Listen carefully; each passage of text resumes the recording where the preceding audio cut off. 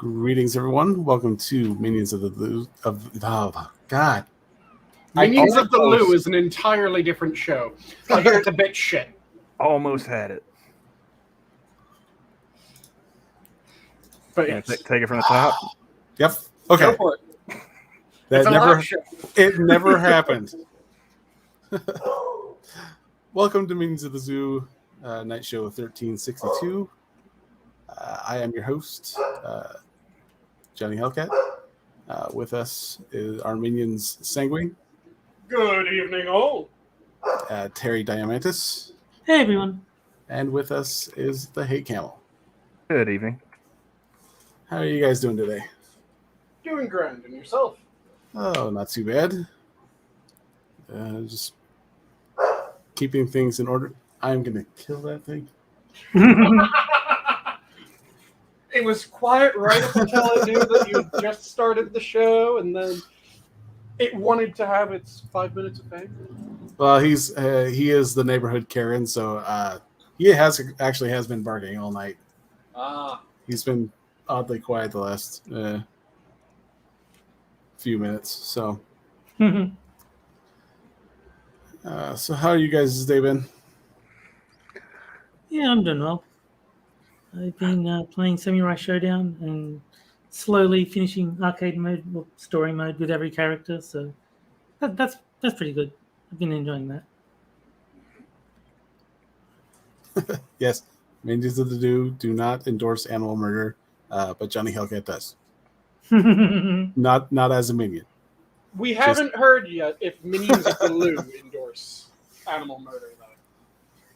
Well, they definitely like to murder toilets, so that's kind of a... At least flush a few goldfish down. Maybe the odd hamster or two. Anyway, I'm doing okay. So just thought I'd throw that out there. So, Camel, how have you been? I mean, I could complain, but who's going to listen? 5 people at the moment. Yeah, I was about to say, we're on air, so we do have a few people. Yeah. No, just waiting to start a job. Just waiting for the green light. So Cool. Not so much. I've been waiting for more than a week. It's more than 2 at this point. You would think Indian time doesn't rely on corporate.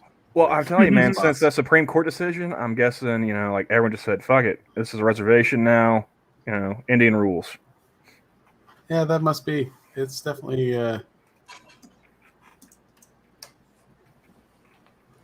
definitely one of those things.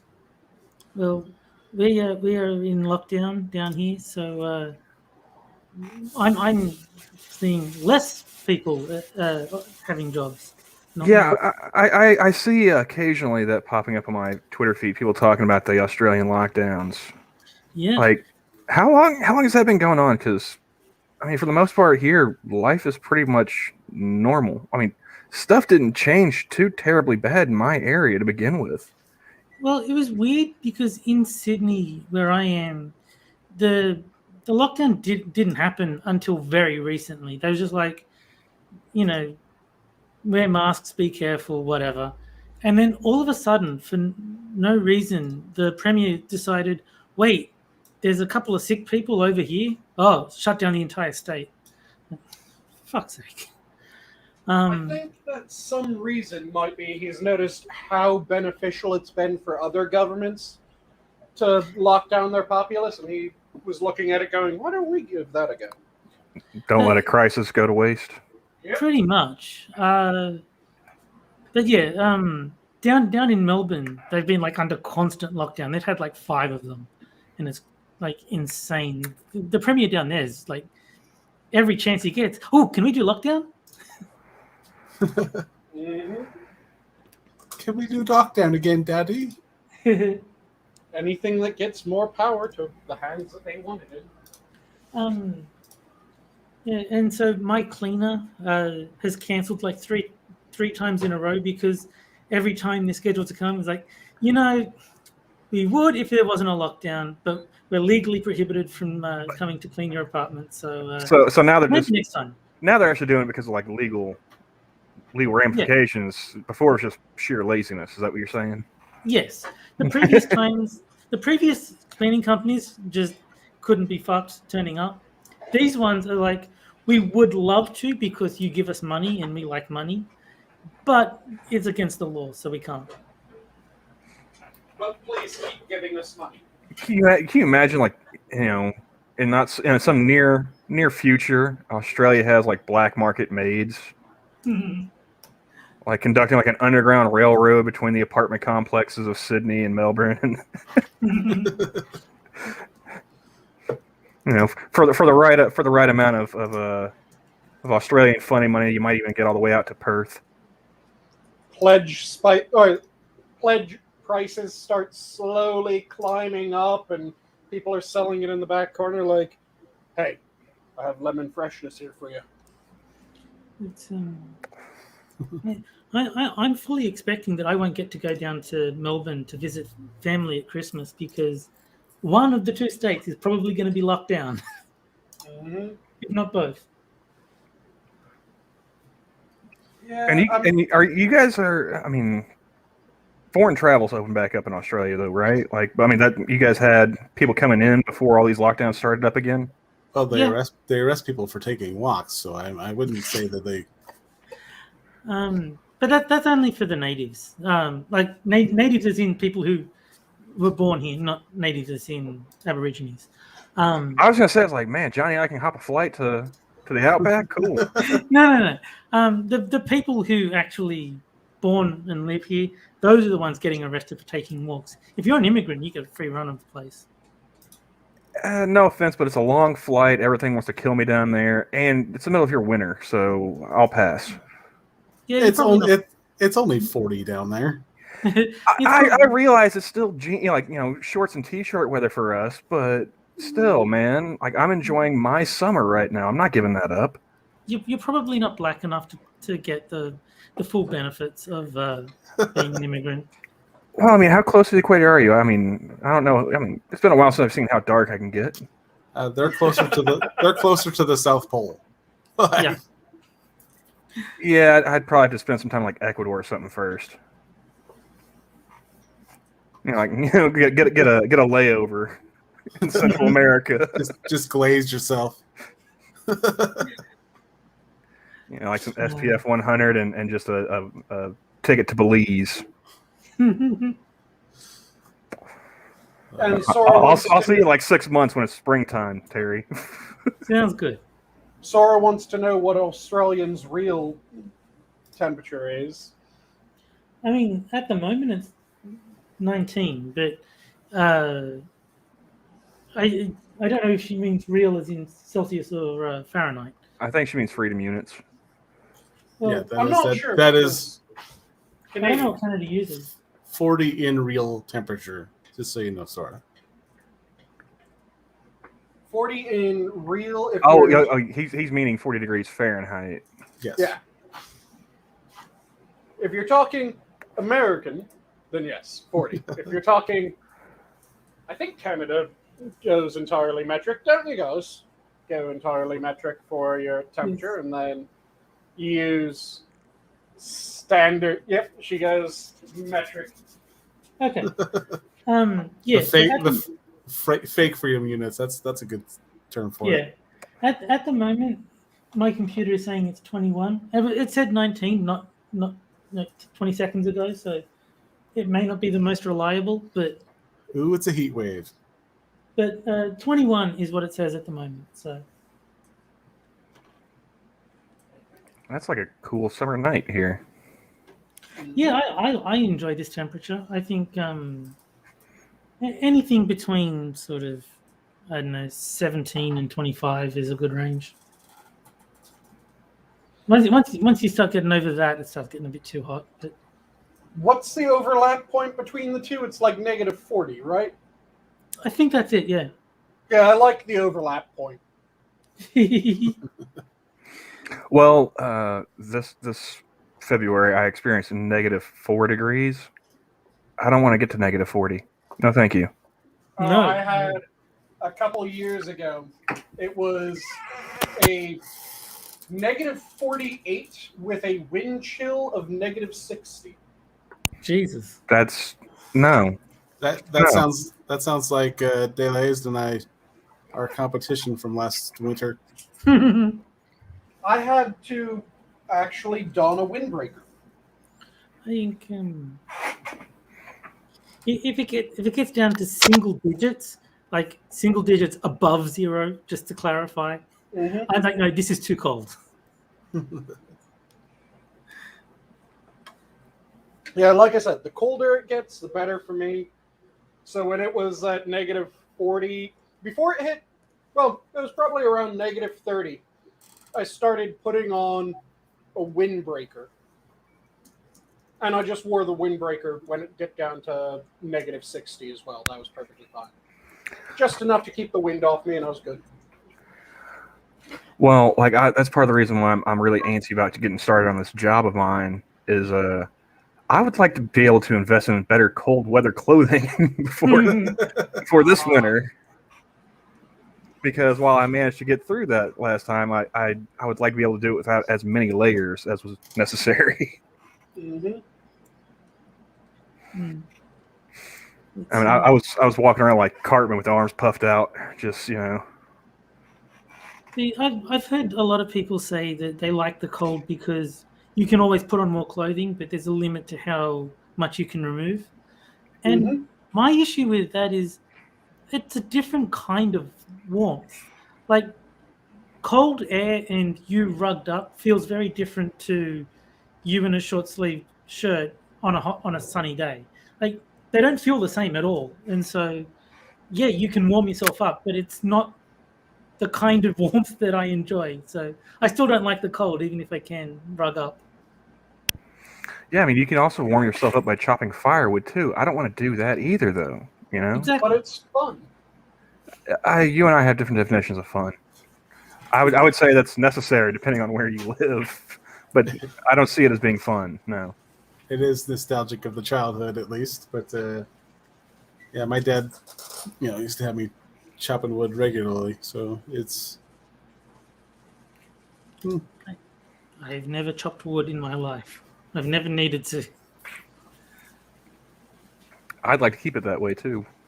Yeah, Give me a nice big splitting axe and a pile of wood, and I'll be able to enjoy myself as long as I have music or something to listen to. Fair enough. Yeah, but I mean, you're not fairly also quick. how much of the wood chopping are you actually doing in the winter time though? Don't you usually have the stock built up before it gets to that point? Yeah, you're supposed to. But sometimes you have to restock. I always had fun whenever I was chopping wood when it came to camping and shit like that. So you're a lumberjack, and are you okay? Yes, but I do not rest around in brawls. You don't put on women's clothing and dance around Just in bars? like you. Yeah. Yeah. Just like my dear papa. Nah, I don't do that. Okay, just checking. Yeah, that's right. He hangs around. He wears women's clothing and hangs around in bars. That's right. Yeah. He puts on women's clothing and hangs around in bars. I could have sworn there was also a line where it was bras was the. Yeah. He goes. He skips and jumps. He wears high heels, suspenders, and a bra. That's what it is. That's the line I was trying to remember. Yeah, I don't wear any of that. And not very good at skipping. I can jump decently, but... Okay. And yeah, Assassin in chat is putting the correct lyrics. I don't think I've ever heard that. It's been a long time haven't since I've heard- heard the lumberjack song, but The I'm a Lumberjack? No, if I have heard it, I am not piecing it together. That's classic Python there. It is. I was going to say Terry's made reference to it multiple times when we've been playing 7 Days. Yeah. Oh, that's right. Okay. Now it makes sense. Gotcha. The music in Monty Python was brilliant. I mean, even if Eric Idle is a pussy that blocked me on Twitter, I can't deny that he can write a good tune. Wait, Eric Idle blocked you? Yeah. What over? So he made a tweet saying that when Hitler left office, he swallowed poison or something, like, or shot himself or whatever it was. And he goes, "There's many ways Donald Trump could leave office." And I just quote tweeted him and said, "This is why you don't follow people that you respect on Twitter, because this happens." And then he blocked me. Fair enough. That's why I stopped following like Ron Perlman. Oh yeah. When I first got onto Twitter, I went ahead and followed different actors and stuff from Sons of Anarchy because I knew they did like conventions and whatnot. Mm-hmm. And yeah, it was just a bunch of Trump stuff. It's like, okay, dude. Like I'm just gonna go ahead and remember you as being, a good actor in different movies and shows, and I'm just gonna pretend this never happened. I unfollowed every celebrity almost every celebrity that I follow because they're all like that. It's like there's quite a few. I came dangerously close to just being like, I don't want to talk to you anymore. Yeah, like if all they did was just promote their upcoming movies, it'd be like, okay, awesome. But then they get political. They shouldn't do that. Mm-hmm. If Ron Perlman just stayed the B-movie badass, would have been perfectly fine. Yeah. Well, it's like I don't care if they get political. Just know what the fuck you're talking about. Yeah, but they don't. No, that's the problem. Which is why they shouldn't get political. And don't be an asshole about it. You can get political and not be an asshole. Like, you can go, yeah, personally, this is what I believe. This is why I believe it. Make your own decisions. If you disagree with me, that's fine. But this is my stance. And I don't mind those people. I do have to admit, I do have a couple of exceptions to that, like with the following celebrities. Like, I go ahead and follow James Woods and Nick Searcy is another one. I don't know who that is. Fucking hilarious. Nick Searcy, he was the girlfriend and I were watching a show he was in now called Justified. It came out in the mid 2000s. I follow William Shatner as well because he's pretty good, but for the most part, I unfollowed almost all of them. Mm-hmm. But yeah, like Nick Searcy, he'll mix it up on Twitter with people, and he can be pretty mean and rude and whatnot. But I follow him just to watch that because like it's kind of interesting watching somebody fighting uphill. If he'd been like in the majority of of opinion, doing that to people, I'd be like asshole. But it's like just watching him, like trying to push water uphill. It's kind of interesting in its own way. And it's one thing if someone can do it amusingly. Yeah. Like if someone can be a complete asshole, but it's funny, I don't have a problem with them being an asshole. That's why I still like John Cleese. Yeah, it's when it's just mean-spirited without any sort of humor, without any joke or needling, just if you disagree with me, then you're evil. How about fuck you? Well, only an evil person would say that. Nice. Yeah. That's the thing that always bothers me. When they take it from this is my position, and yeah, you can disagree with me. I think you're wrong, but you can disagree with me. And that doesn't mean that you're horrendous or evil or anything like that. Unless, sorry. No, I was just I was gonna break in with something unrelated, but go ahead, man. Unless the disagreement is like, personally, I don't think that you should stab someone in the head, and the other person goes, nope, I think most people are better off with a knife in their head. I'm kind of okay with that. Okay, fuck you then.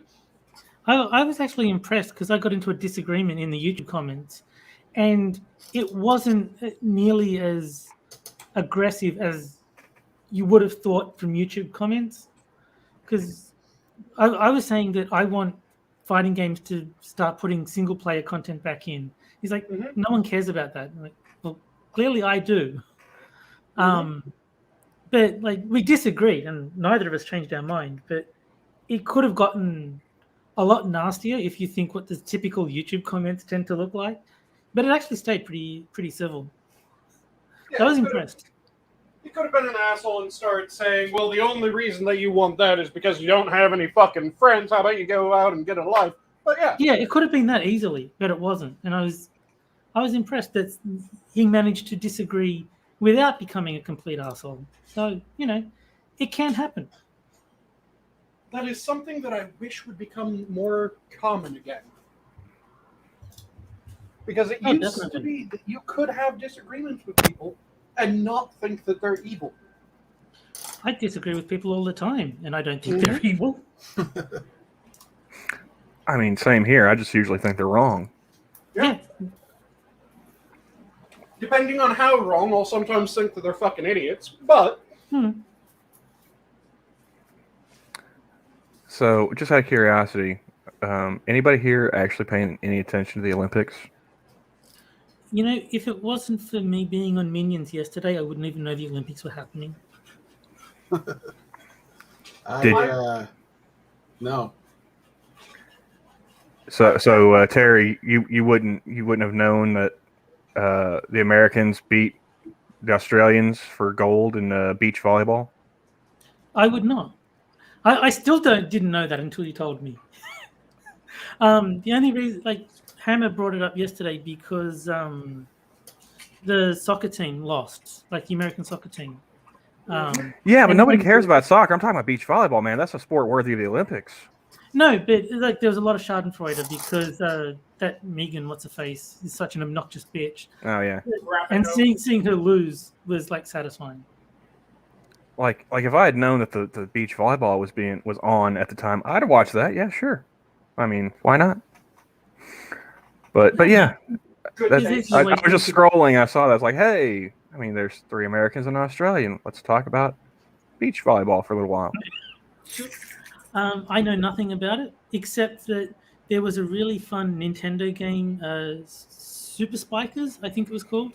And that was a beach volleyball game for the normal Nintendo back in the 80s. I think it was Super Spike Beach Volleyball. I'll be honest. I've watched more beach volleyball and Top Gun than I have the Olympics. So nice. Yeah, I've been keeping up a little bit with some of the Olympics news, not all of it. Did you guys hear that somehow America lost at basketball to the French? I did see that. I really not all that surprised. Was it 2000? Was it 2004 that they didn't win gold? The Argentinian team won gold. Holy shit! Is it because the French smelled so bad that the Americans just didn't want to get close enough to take the ball off them? I imagine it being international play.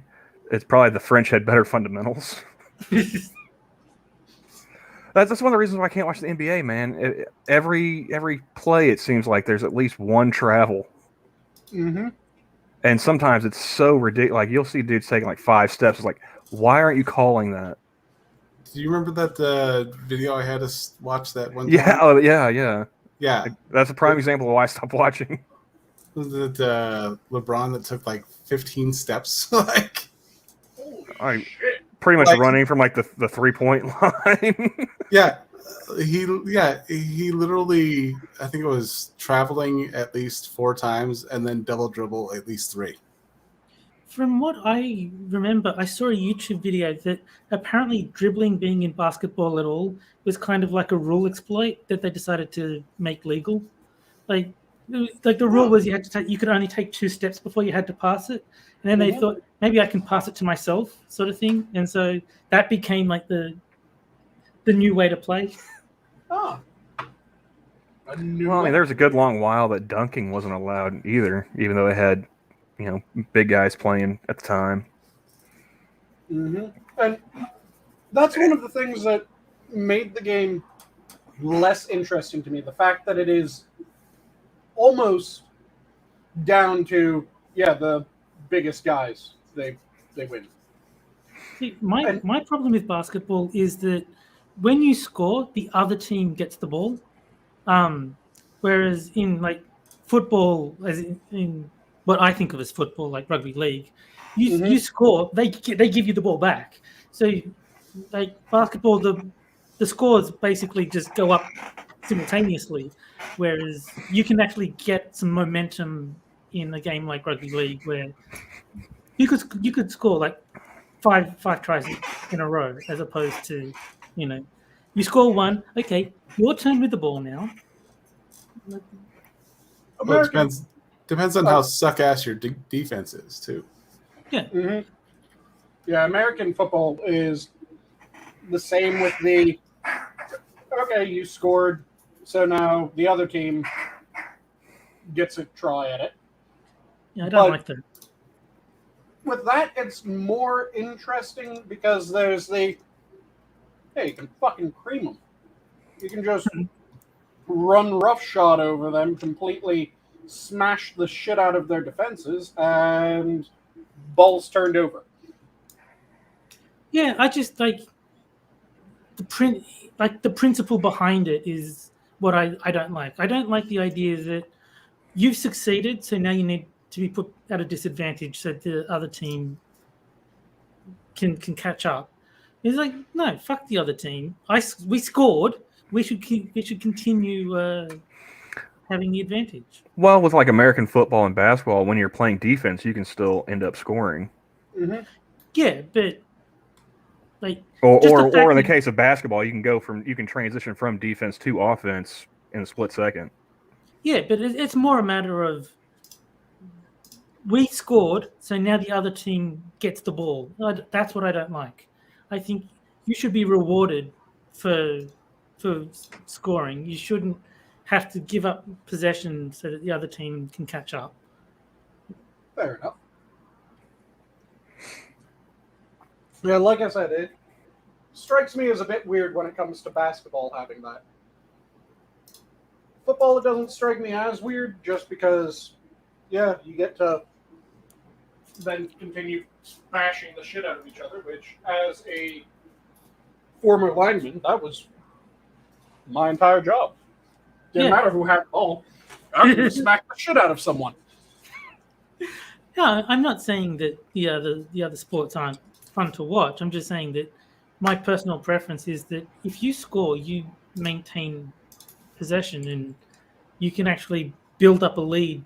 Like, and it puts more pressure on the defense to actually stop you, rather than let them score. We get the ball. We can catch up.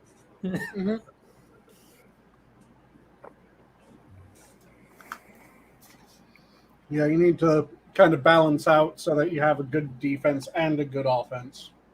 Yeah, but I think maybe it's just me playing sort of like fighting games where once you get the advantage in a fighting game, you keep it until they fucking stop you. They're put under pressure to get out of the situation and then return it back to neutral. Whereas I would be very annoyed if I gained the advantage in a fighting game. It's like, okay, good job. Now everyone break. Let's go. No, it's like if you earn an advantage, you should be able to press it. That does somewhat happen in fighting games, though, because you win a round. Yeah. Then you're both put at square one. Yeah. But I actually don't have a problem with the way Killer Instinct did it, where you have 2 life bars, and like there's no reset. Like if you get a perfect on the other player, they now have to deplete 2 of your life bars before you deplete their remaining one, and I think that's a better system. I forgot they did. That is how they did that one. Yeah, and I think that's a much better system than what most fighting games do, which is, as you say, return to neutral and even scores. It's So my it's life path. more like the Super Smash model, where, yeah, if you're playing 5 lives and you get just the shit beaten out of you the first time, well, you're now 4 lives, everyone else is 5. Have fun. Yep. Yeah. So, if there was a strong move towards the killer instinct model, I would prefer that. But I'm willing to accept that that is not the standard and work within what I'm given. But yeah, if I could have every fighting game be like that, yes, please. Michael Hatfield, just to let you know, Prospero is not in the stream tonight. Oh, right. Pay no mind to the cat in the wig. Is she in chat? Nice. Maybe? Oh no, she's not even in chat. I haven't seen her in chat. No, me neither. I just thought maybe he was actually talking to Prospero, and it wasn't actually a confusion. But no, it looks like there was. Or she might be lurking in chat. That is possible. That is very possible. I do like your nicknames, like Your Boy Cat and Prospero and such. Mm-hmm. No, Your Boy Cat was pretty much just based off of one of Pat's posts. He posted a picture of himself, and he's like, everyone's trying to act like someone else, and I quickly superimposed my face over Pat's body. Yeah. Retweeting that, saying, "Yeah, originality is king," and that kind of just stuck with that. So whenever I go on his streams, I usually pop that one up and call myself Your Boy Cat. No, I like it. I think it's fun. Mm-hmm. But I remember, Johnny, you said that you had some articles and things that you wanted to cover today. I do. Hence the name of the stream. There is actually a point to it. For those of you who have watched, a majority of the MSS News stories that I submitted were of animal attacks. Oh, okay. And it all starts back in 1996, which actually is, I thought it was a lot sooner than that, but apparently it hasn't been. Mm-hmm. Let's see if I can share this. I'll have to move that. Share. And once it is, I'll click it in.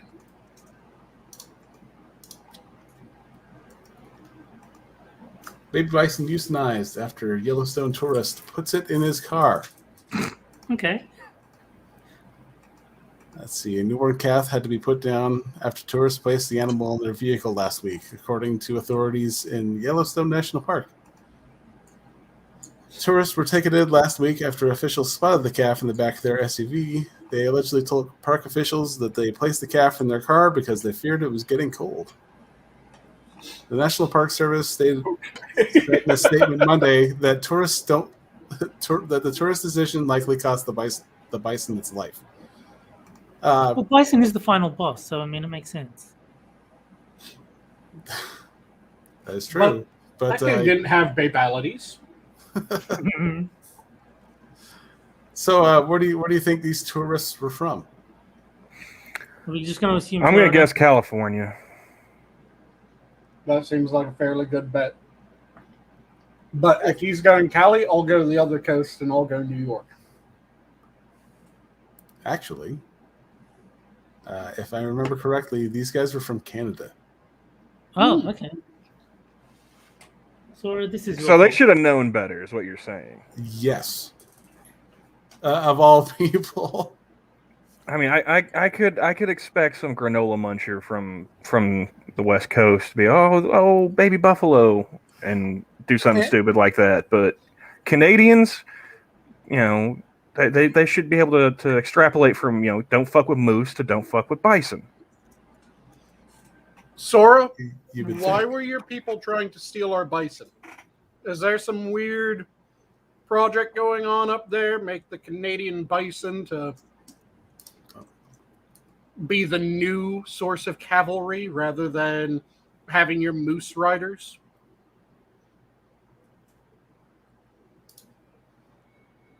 She's ashamed of her people. All right. So yeah, let's see if we can go into the next one. Same with a bison.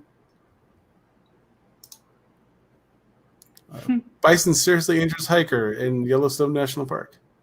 This happened June of this year. Leave the buffalo alone.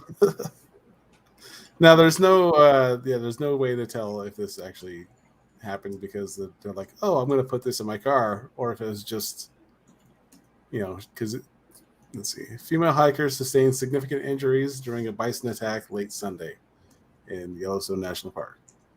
The 30-year-old Michigan woman who was hiking with a companion on the Stormfront Overlook in Yellowstone Lake was airlifted to Eastern Idaho Medical Center in Idaho Falls. Yellowstone Public Affairs official Linda Veras said that the park does not know what might have triggered the attack, but does not possess photos or video of the encounter. She deleted those selfies she tried to get because she was smart enough to know it was going to make her look even dumber. I was about to say, what are you willing to bet that the start of this was, oh, look at the bison, it's so cute. Take a picture of me with it. There is a smashed SD card somewhere in the Yellowstone National Park. It was the bison. He did it himself. The fucking moron. And I just quoted one of the greatest video game movies of all time, Street Fighter, in chat. Did you use the Tuesday line? Yes. Nice. So how many more buffalo attacks you got, Johnny? Because I'm sensing a pattern here. No, we're stepping up in the scale this time. Elephant. What, you got like a woolly mammoth attack? What's going on, dude? Bear attacks and injures hiker in Yellowstone National Park. No, he actually prefers to be called Alex these days. Well, if I knew he was in town, I probably could have sated him with some... Just some British cripple beating somebody with his cane in the middle of the woods.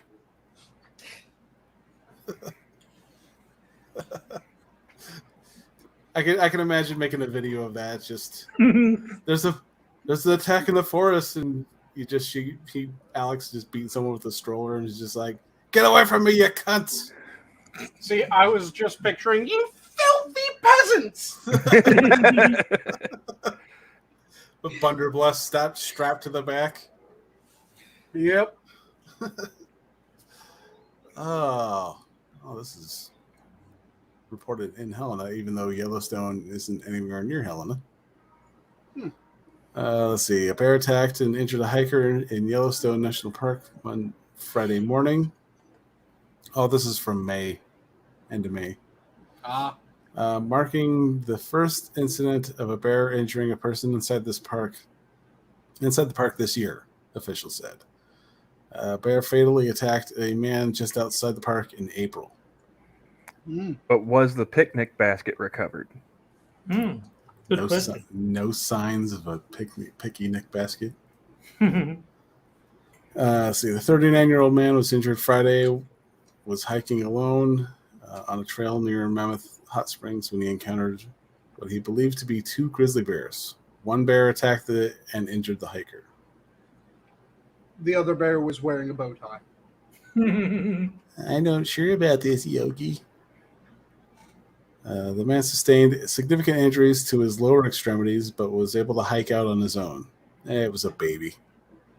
He was transported to... When they say significant, I wonder what they mean by that. Like, I mean, like, you ever see the video of like the bear like breaking a moose's back with a swipe and then just starting to eat it while the moose is still alive? I have not seen that video. It's pretty wild. Yeah, there's a couple of videos like that where there's a bear versus moose, bear versus bison,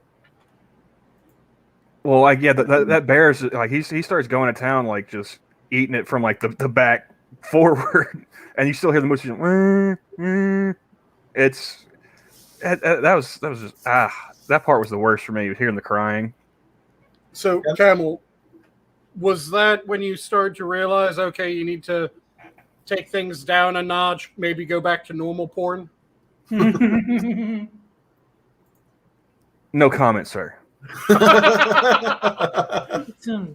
Now you've got me wondering which came first. Was Yogi Bear or Yogi Berra? Which one was named after which? That's a good question. I think If I'm not mistaken, I think Yogi Berra was probably a bit older than Yogi Bear. Yeah, Yogi Bear was first. I think Yogi Bear was based off of what's his name from the Honeymooners. Jackie Gleason. Yeah. No, the other one. The squirrely fella. Oh, Ralph. Art Carney. Yeah, I don't remember the actor's name. Yeah, that's beyond me. I'm not sure the guy's name, but Yogi Bear came almost 40 years after Yogi Bear. Oh, okay. About 35 years after. Oh, Let's see. Irate Prostate says Yogi Berra was the Yankees manager. Yeah. I didn't know what team he was, but I knew he was like a baseball manager. And he's the one with all the really ridiculous... it's like deja vu all over again. Yeah. When you get to a fork in the road, take it.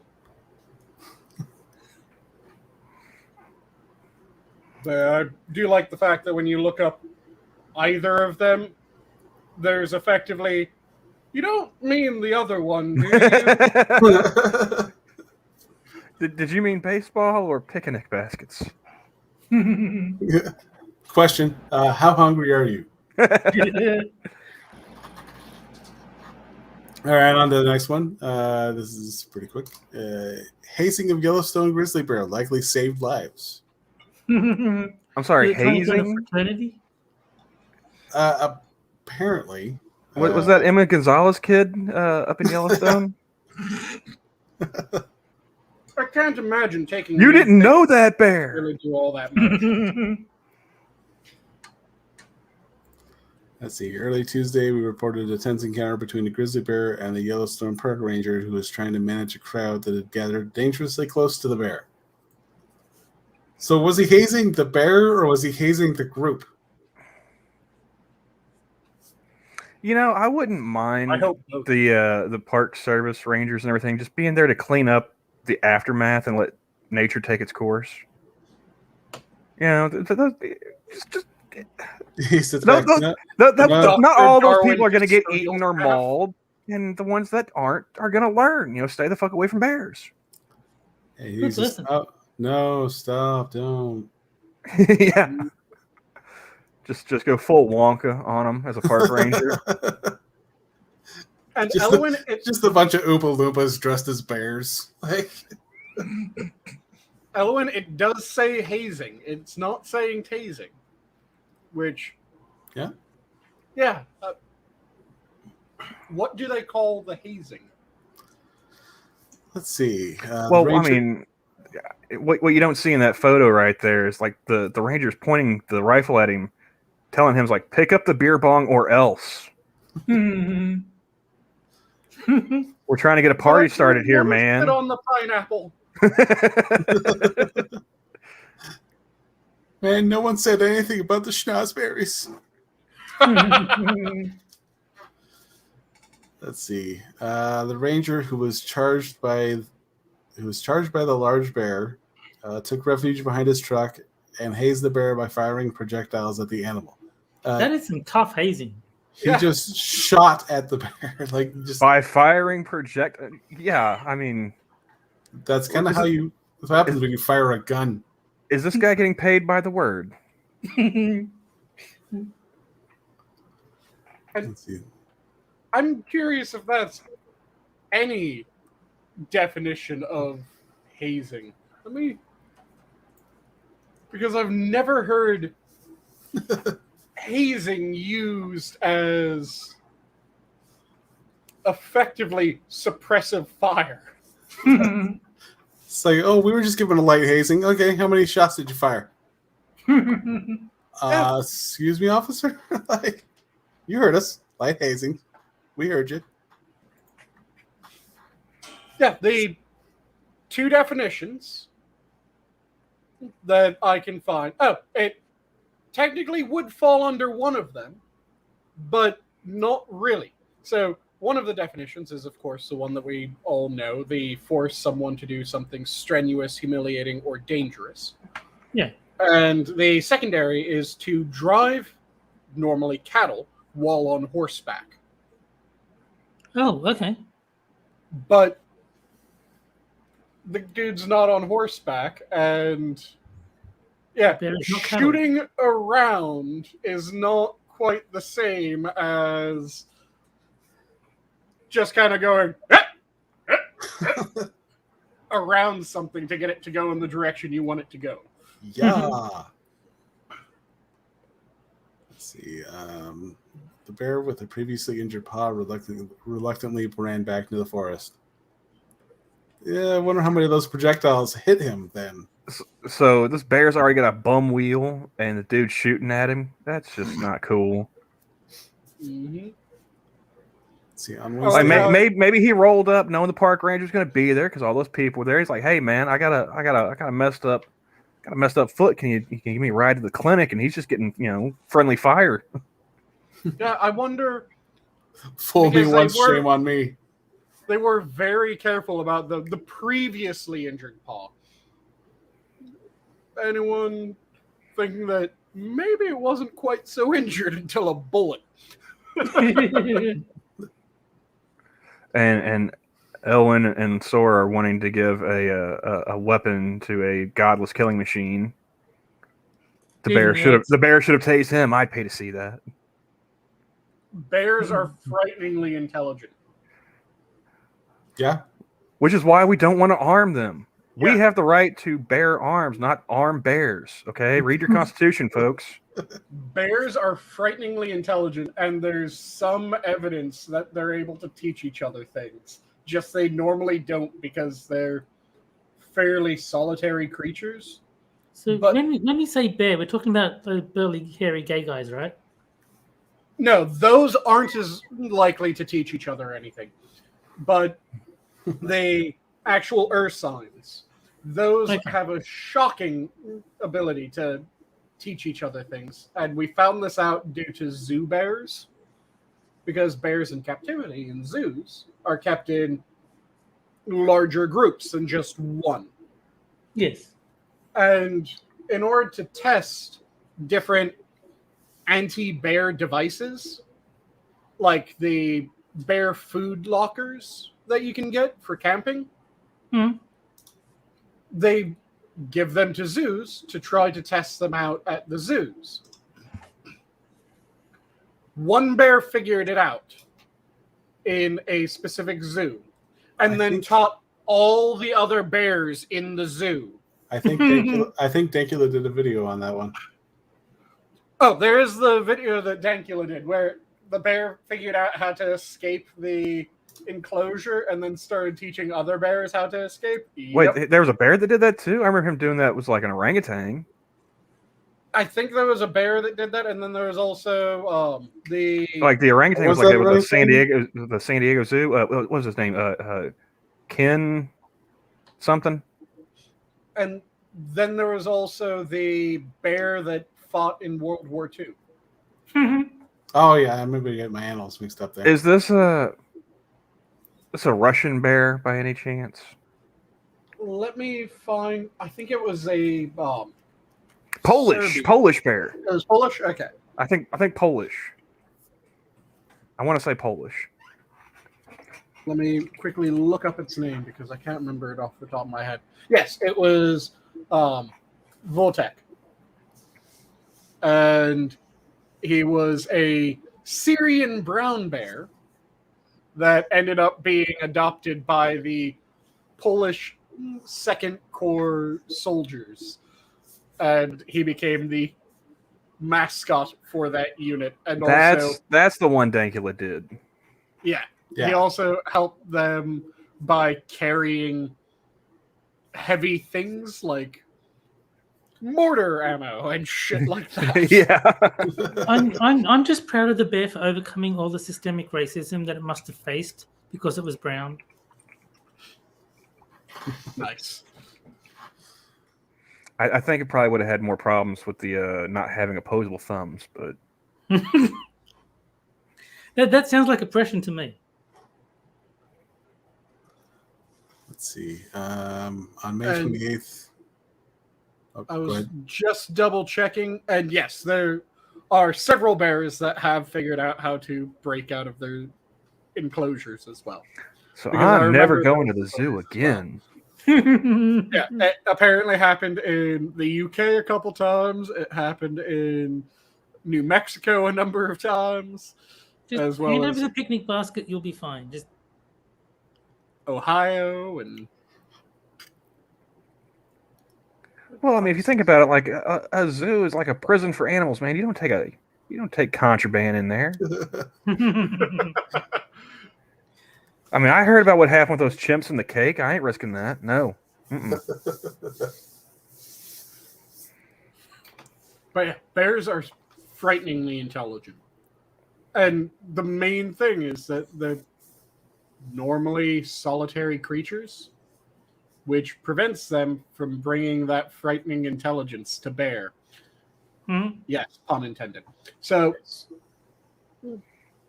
that is what keeps us from realizing that they're as intelligent as they are. But in zoo enclosures, yeah, they will start teaching each other shit. So one bear figures out how to break open the food locker that they were given to test to see if bears could break into it, and then all the bears knew how to break into the thing through the exact same method that the first one did. So the way You I'm think- choosing to hear this, solitary creatures are frighteningly intelligent, and I'm just going to put that in my Twitter bio.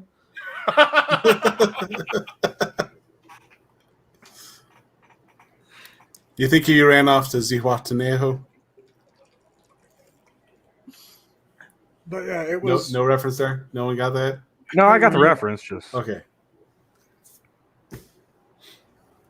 But yeah, bears, beautiful goddamn creatures. Scary as shit when you realize how intelligent they are. I think there was like someone who was wanting to find out which was stronger, a lion or a bear. And then they actually got the two to fight, and the bear won in like 3 seconds. Like a single swipe just crushed the lion's skull in. Yeah.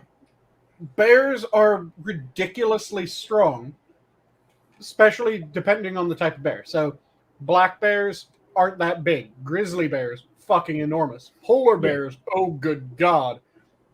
And apparently, somehow, the crossbreeding of a grizzly bear and a polar bear becomes even more. What the fuck is that? I'm pretty sure it was a grizzly bear that they had fight a lion. Mm-hmm. And yes, the crossovers between grizzly bear and polar bear are either Pisleys or Growlers. Cool. Well, you couldn't get a black bear to do anything. They're pretty timid. Yeah. They're scaredy cats, but dangerous when they don't have anywhere to run off to. Yeah. Whereas polar bears are insanely territorial. And grizzlies, depending on the time, are insanely territorial. If you hear about a black bear attack, it's normally someone got between the mother bear and its cubs. So is it just that black bears don't have fathers? Is that why they're just not the same as the other bears? Well, I was wondering when you were going to make that joke. they're all continuously looking for cigarettes. Yeah. The eternal search. Which is why I don't go camping. And according to Green Badger Outdoors, in the hazing, they might not have been shooting standard rounds. They might have been shooting bear bangers or bear flares, which are apparently flashbangs for bears. Okay, that makes more sense. Though I do slightly argue with the wording there. They aren't flashbangs for bears, because the bears aren't the ones throwing the flashbangs. Once again, let's not arm the bears. Just be taking out the garbage one day, suddenly flashbang goes off in front of you, a large sound can be heard, your vision comes back, and where the fuck did my garbage can go? Is that a black bear footprint over there? Oh, shit. Where the fuck are all my picnic baskets? Just like middle of the night, you hear you see a flash, hear a loud bang, and you see your garbage can being wheeled off by a bear with like the SEAL Team 6 night vision goggles. Yep.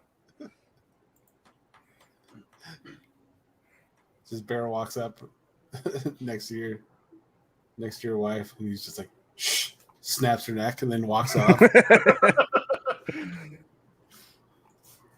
I was just looking up how big a grizzly bear actually is. Jesus Christ, they're pretty big. They're gigantic.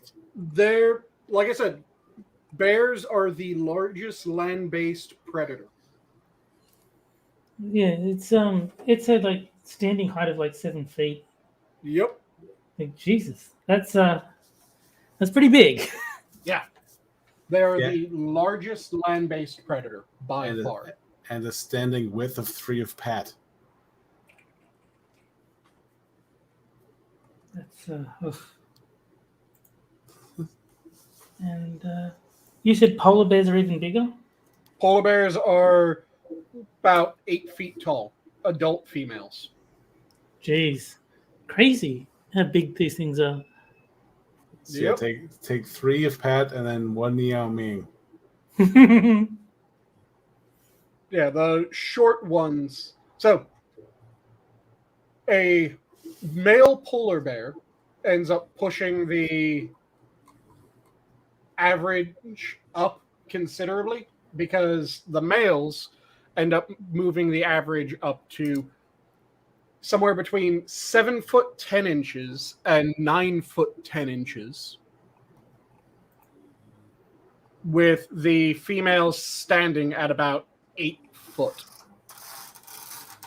That's crazy. Just to think of like something as strong as a bear that size is just like Jesus. And they can run 25 miles an hour. Also, they weigh about half a ton. None of that surprises me. Now that I've like got some sort of mental idea of the size of them, those figures make sense. That sounds right. Your best defense is to run downhill. Which sounds like a joke, but no, they have less traction when running downhill, so they typically take their pace slower. Okay. Because I was thinking you just have to run faster than your friend. I was going to say your best bet is to just go hiking with somebody slower than you, and as added insurance, if you see a bear, shoot that other person in the foot. See, I was going for the just take a goddamn elephant gun. I mean, you could do. Because if you shoot it with an elephant gun, it's not going to be. It's going to be so offended that you mistook it off. It's going to be so offended that you mistook it for an elephant. It's just going to be like, well, if you're going to be like that, I'm not even going to attack you. I'm not that big. Are you calling me fat? I think I'd rather take my chances shooting somebody else to slow them down than try and shoot the bear. Just check the bear's Tumblr blog, and it's going to be all about this oppressive, fat-shaming bastard. The straight white male. Yes. Human privilege. But yeah, like I said, bears are enormous bastards and ridiculously intelligent compared to a large number of other animals. I'd put them right up there with like dolphins and octopi. I mean, I've heard that those are intelligent, but I don't know how intelligence in animals is really measured. Like, we can't give them a maths test. So, like, It tends to be effectively problem-solving tests. okay. So, yeah, you can't give them a maths test, you can't give them a verbal test, but you can plop something weird in front of them that has something that they want inside of it and see how long it takes them to figure out how to open it. Okay. That makes a bit of sense. And then we have the goddamn orangutans, which we have a couple populations of them that have entered the Stone Age. I shit you not, they have entered the proper Stone Age. They've entered what, sorry? The Stone Age. Oh, Jesus. Okay. Yeah. There's populations of orangutans that have entered the Stone Age. And we've determined this by the intricacy and design of their tools. Because it's been a thing for a long while that great apes will like use sticks to fish termites out of termite hills and shit like that. Yeah, these we've actually like, oh, that one just made a stone axe. Wait, that one just made a stone. Oh god, That's insane to think about. See, this is one of those times where I wish like I could play like the 2001 Space Odyssey theme while Sanguine's giving his talk about orangutans in the Stone Age. It's I don't know why I thought of this, but I was just thinking monkeys claim that evolution is just retardation. It's like, oh. I'm afraid I can't let you do that, Camel. nice. But yeah, the orangutans. It's again, they used to have fairly spread out populations. They would have decently sized families, but then be spread out a lot between the different families. Now they're ending up forming into effectively large tribes of orangutans. And that's been snowballing how quickly they're developing. So a few thousand years they'll have critical race theory too? Hopefully not. Or actually, if they end up taking over, hopefully yes. I do not want to be subjected to orangutan control. I would prefer if they're deferring to humans. I'll just grow out the beards if I can pass for one. I would absolutely love it if, like, say it goes that far and becomes a Planet of the Apes type situation. And then it just turns into critical ape theory. Oh, nice. That gets a bit too close to a different word. What? He's the apist. Grape ape. I hope to God he said grape. He's gonna tie you to the radiator and ape you over and over. Hey man, I've seen Trading Places. I don't like the way this is going down here. But come on, she was asking for it. What? You saw what she was wearing? What? She was wearing a Planet of the Apes shirt. Oh, okay. Wait, no, what? She was wearing a blue puffer vest. I mean, she was totally asking for it. Yeah. I love that sketch. That is like I haven't seen much from those guys. I think it's only that sketch and the Abraham Lincoln one where Camel had the thing of now you fucked up. Yeah. Yep. Oh, So the you whitest haven't bush- seen the whitest kids you gallon know. of PCP? No, so That's a good one. I think Yeah, those are the only two I've seen. Mine was a Office Sniper. I like that one too. Yep. Gallon of PCP, Office Sniper, the... what was the Vigilante one? Oh, Vigilante one. Where it was like the guy was shooting baby heads at people or some weird shit like that. I vaguely remember that one, but I think that was from a later season, like season 2 or 3 or something like that. Kyler, I'm just gonna let you know now. You don't have to worry about hiking in bear country with Camel. He's not gonna go hiking. Not if I can help it. No. I mean, for me to end up in the middle of the woods would first have to result in a plane crash, and that's next to nearly impossible because I don't have any intention of ever getting my ass on an airplane ever again. So yeah, I've never flown, and I have zero inclination to do it. pretty much, Kyler. You got a better chance of being struck by lightning while winning the Powerball and being attacked by a shark than you have to do with me shooting you right now. Running from a bear. Mm-hmm. So if you do end up on a hike with Camel, it might be a good time to buy that Powerball ticket. Though also I would recommend avoiding the water, as well as make sure that there's always a nice tall lightning rod so that you can avoid the other two caveats there. And maybe not watch like any Final Destination movies beforehand either. Yeah.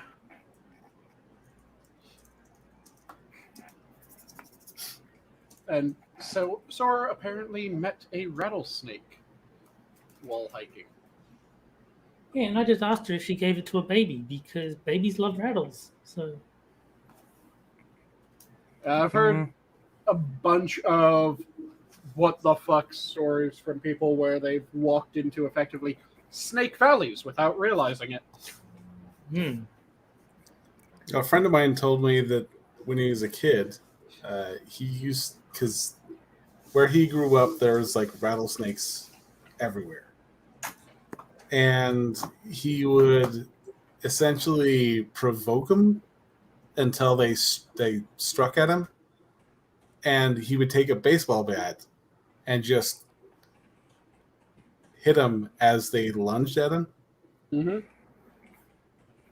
Which, you know, not my idea of a fun time, but no. I don't know if it's true or not, but it's. I would rather go with a scattergun than a Louisville Slugger, but that's just me. Snake Slayer. Hey man, they go against God and nature, so yeah, fuck snakes. No, that'd be a not fuck snake snakes. layer. He added an S before, so it was Snake Slayer, not a Snake Layer. Two entirely different things. Yeah, this isn't one of Poe's videos. Like that's no. Poe is such a great Twitter account to follow. Everyone follow Undead Scribe on Twitter. He's amazing. He's a nice guy too. Yeah. He'll just occasionally scar you for life. I thought it was funny when you did the torture stream with him and his class was waiting for him and he's like, no, there's still one person who hasn't shown up, so I can hang out a bit longer. Yeah, they're waiting on him. It turns out he was the one they were waiting on. Nice. He's like, yeah, I can't stay very long, and then just proceeds to go in. Like, So in that torture stream, there was, of course, mention of the Blood Eagle, right? That's not quite the torture stream that I don't think we got around to that different sort talking of about torture. Leslie Jones. nope, it was. Yeah, I mean, the stand-up wasn't terrible. Which is disappointing. Yeah, but it definitely wasn't good. Which No, of course not. It had a couple of funny moments, but all in all, it was not a good special. No. Were they I'll be honest. accidentally funny? Poe really enjoyed her ragging on that girl in her 20s wearing like a sweater. Ah. I'll be. I don't remember the names of any of the comedians that we've done done torture streams for, except for Hannah Gadsby. Like they're just generic. Well, comedians. Leslie Jones was the big, loud black lady with a haircut similar to Hannah Gadsby's. The one that If looks that kind makes of like Ron any Perlman, but black. Difference. Oh, okay. See, Sanguine's description is like, okay, now I know who it is.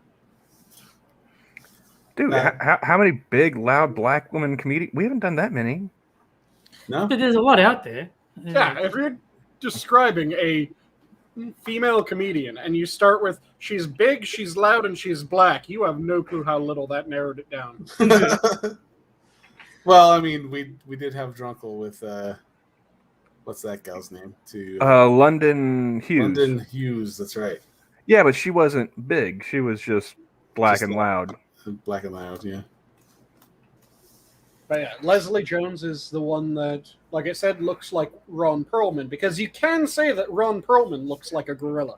Well, no. They both look. She and Ron Perlman both look like that cat. You ever seen the Ron Perlman close up with like the side by side with him and the ginger cat?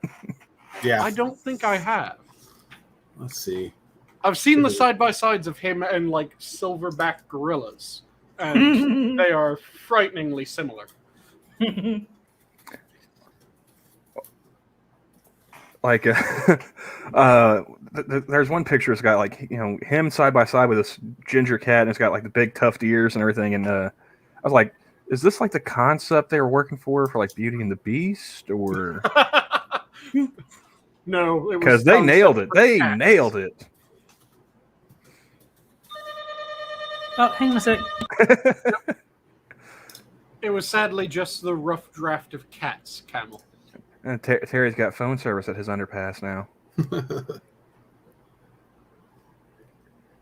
I'm surprised we haven't heard a motorcycle go by yet. Not yet. I think you were talking about this one.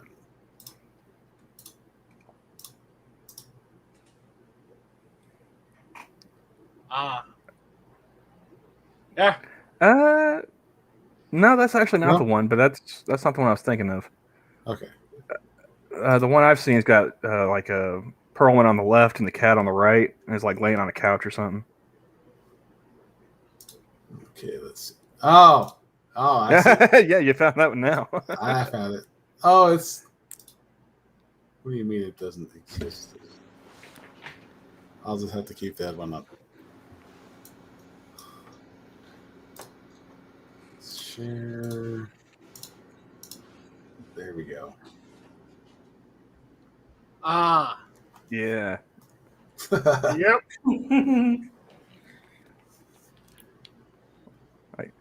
I think that's the same cat. Maybe it's just the lighting different setting. It's all the same person. Speaking of which, that article I was telling you guys about before the stream, the reporter with the AR-15, I found a different article. It's like, I guess today it's just, reposting article day. Female teen lifeguard protesting unequal pay finds support. It's like, well, if your pay is not equal, isn't there like an Equal Pay Act? I mean, why are you protesting? Why aren't you suing? Yeah, if you actually have proof that you're being paid at a different rate that is not one due to how you argued when you first got the job and not due to a difference in seniority or performance, then yeah, you can go in and you can actually sue them for that. If you aren't able to prove that it isn't due to performance or seniority, then yeah, sucks to suck. Well, yeah, it doesn't mention either one of those things in this article either. Because it does have a section, like, I guess the writer talked to the girl. Said, after the pool company told us they were going to start paying all of us the same wage of $13.50, I replied that this still did not address the initial wage disparity, where Steve and Tony were making $14 an hour, while Natasha and I were making $12.50. Steve and another lifeguard, a woman who was making more than us and whose pay was not affected by the change, also weighed in. None of us got replies. Steve, the woman, and I quit. The day after we quit, the company gave the remaining lifeguards, Tony and Natasha, a big pay raise to $15.50 an hour. Good on the company. Well, I think that's hilarious. Like, everyone's going to get $13.50 starting. Well, you guys all quit, so hey, guess what? You guys get $15.50 an hour. Yeah, this counter. Oh, and I just realized you're sharing again. Let me get that back in. That's ugh. Why, Johnny? Why? I mean, it was bad enough trying to watch like the American Sniper movie. That kind of hurt me with the Clint Eastwood, but that's a whole nother level, dude. I'm gonna try and watch like High Plains Drifter or something. I'm gonna end up seeing that damn cat now. Thank you. It's the cat with no name.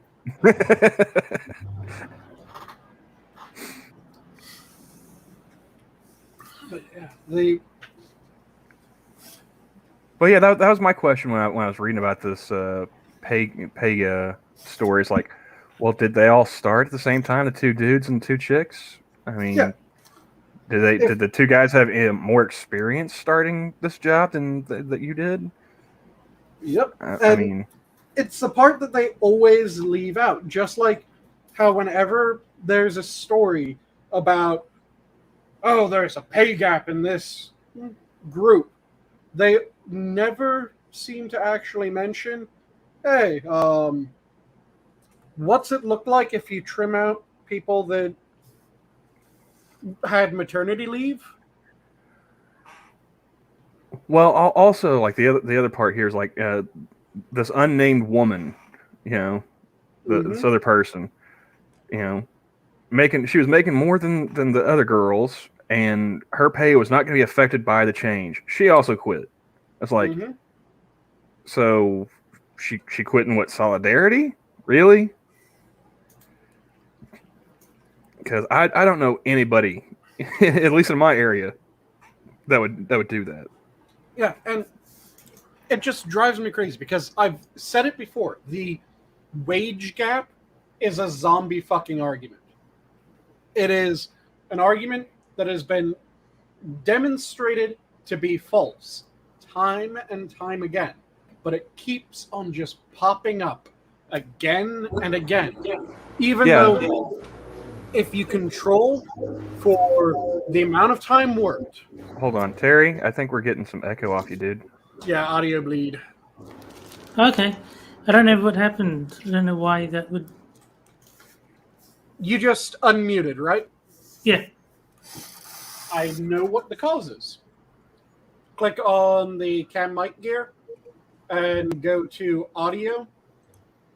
You probably have the automatically adjust mic volume. Ah, yes.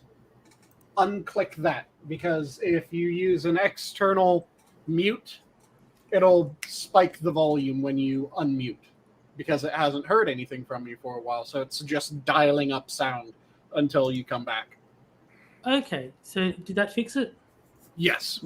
Yeah, sounds fine now. Good. So it happens time and time again where that argument will be brought up, and people will go, okay, look at make sure that it's all about the same job. So it's within a profession, then control for experience, then control for any meritorious raises that popped up. Because, yeah, meritorious raises, they're unequal. That's kind of the point of meritorious raise.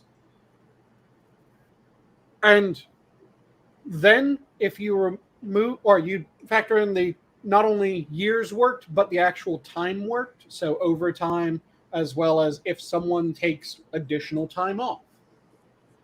And when you account for all of that, it disappears. And in a number of fields, it doesn't just disappear, it inverts. I've heard that. Yeah.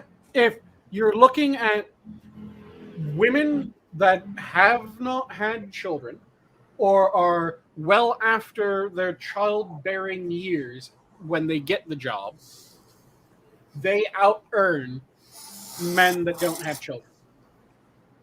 The men that do have children tend to out-earn pretty much everyone, but that if you account for the amount of overtime worked, it falls back in line with the two groups of women.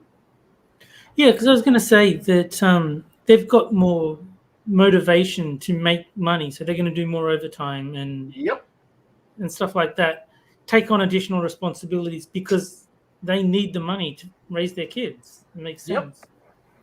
And like I said, it's when you effectively exclude women that have children while working, it disappears, because that's where a good chunk of that discrepancy comes in. Because, yeah, if you and Bob get the job the same exact day, and you're working for the same exact number of years, but you had 4 kids in that time, so you got pregnant 4 times, you took your maternity leave each time, so I think the shortest maternity leaves are what? 60 to 90 days? I have no idea. No clue. Haven't looked into it. Let's see. This would be what they call male privilege, guys. Yeah. Let's see. For the when my kids were born, they let me have 8 weeks, I think. Wait, they let you? Yeah. So, I'm sorry. yeah, that's a bit strange that they let you, but normally it's... Well, So I couldn't afford all 8 weeks, so they let me Yeah. have a few weeks, and then I ended up going back early. Yep. But yeah. For my, I guess for my kid's mother, she had, I think, 6 months. Holy shit, that's a hell of a long time. Was it 6? No, it was 4 months. 4 months. That's right. That's still a long time. Yeah, I was Yeah. thinking that the lowball estimate was 30 to 45 days, effectively. Which, even if we're going for the lowball that I was guessing, if you got pregnant 4 times in that period of time, yet you don't have the same work experience, because your work experience is 4 to 6 months shorter than your coworkers. If it's as long as you just said, then your work experience is now a year and almost a half. Sounds like her work experience should be outside the copy room. But yeah, almost a year and a half shy if you have 4 kids.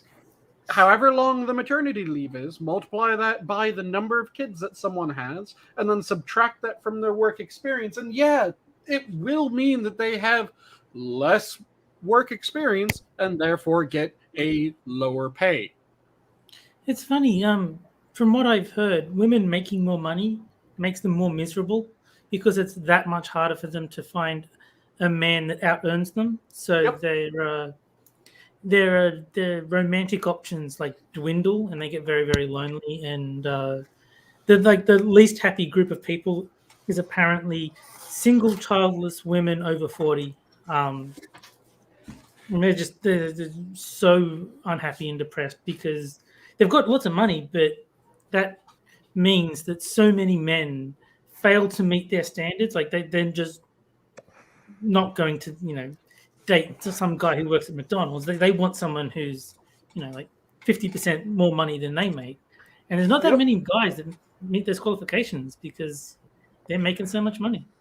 And every couple months, you'll see an article come out where it's a journalist complaining about just that, where it's hard for women to find men that out-earn them. Yeah, well, it's funny you bring that up about that cycle of like every few months, because that's what kind of caught my attention with both of these articles, with the reporter and the lifeguard. How many times have we seen that? A reporter writes an article about how they went and they shot an AR-15, and oh my god, how traumatic! First time. and then this pay gap article. It's like the pattern recognition is getting to the point where it's like, okay, I've seen this movie at least a dozen times before. That takes me back to Matt Christensen's fully semi-automatic video. Yep.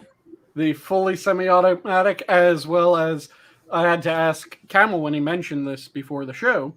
if he was talking about the one where the reporter said that they got PTSD because there was the story that was the exact same setup. A reporter was going to a gun range in order to fire an AR-15 for the first time in their life. And in the article, they talked about how the kick was so severe that they bruised up their arm and their shoulder just looked like they had been horribly abused after shooting, and the loud explosion of the rifle made them feel like they were in a war zone and they now have PTSD. And I'm just going, you absolute pusillanimous cur. You'll never hear a story, like written in a newspaper or something like this from like my perspective. For it. First time I went shooting, didn't even go to a gun range, just out at a buddy's house out in the sticks. Mm-hmm. Breech loader shotgun, just didn't even have any eye or ear protection. Hey, my ears were ringing, my shoulder was a little sore, and I had a blast. Mm-hmm. I'm just gonna share this still. Wish I could do it more often. You don't see them write that article. Which I'm just gonna share this still. Hopefully it won't cause anything. Oh, and yep, that one. Should you ever I'm not a big gun guy, but I'm pretty sure you're not supposed to shoot a gun with your eyes closed. If my dad saw me holding a gun like that, he would beat my lily ass. And he would have every right to, in my opinion. Yeah, he's not holding the butt nice and tight to his shoulder. He looks like he's about to shit himself. Has this man never seen a movie at all? I mean, like literally all of my experience, except for that with that breech loading shotgun. I mean, it's from movies and video games, and I could hold a gun more proficiently than that. And to respond to something that Green Badger Outdoors said, the massive recoil of a 5.56. Yeah, and this is another thing that keeps on popping up in these articles. They always bring up the high-powered rifle. And then they start talking about the 5.56, which is the other way of phrasing the 223, if I remember correctly. I'm right on that. Badger and I think Assassin are probably the two best people to feedback. I always mix up the ones that are crossovers. I think it's the 5.56 and the 223 are the same. And when I think high powered, I don't think 5.56 or 223. If you're saying high powered and you're talking about a AR-15 variant, then I'm thinking you're talking like a Beowulf or some shit. And for those who don't know what a Beowulf is, it's a 50 AR-15.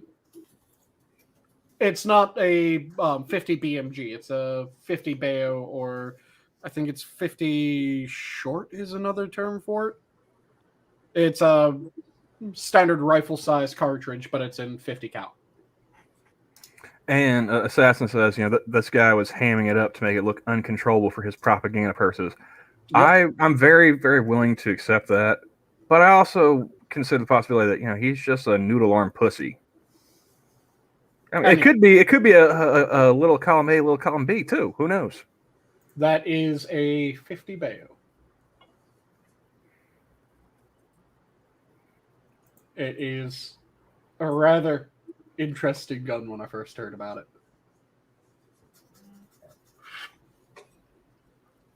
Plus, I just love the goddamn name of it because Beowulf is fucking awesome. And yeah, you say high power. It starts at like 30-06. Yeah, that's what Kyler just said.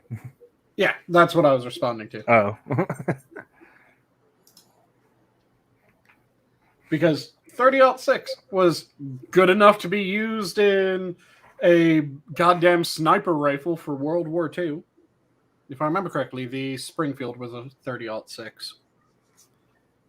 We went shooting on Sunday, and I was always thinking about getting a revolver and I was trying to remember if we shot a 38 or a 357. And so I'm like, yeah, I'll try the 357. And we rented it, took it to the lane, and as soon as I pulled it out of the thing, I'm like, I think we got the 38. Like, that thing was heavy. Mm-hmm. You know, you should try next time you go to the range, Johnny. Try the 88 Magnum. Thing shoots through schools. I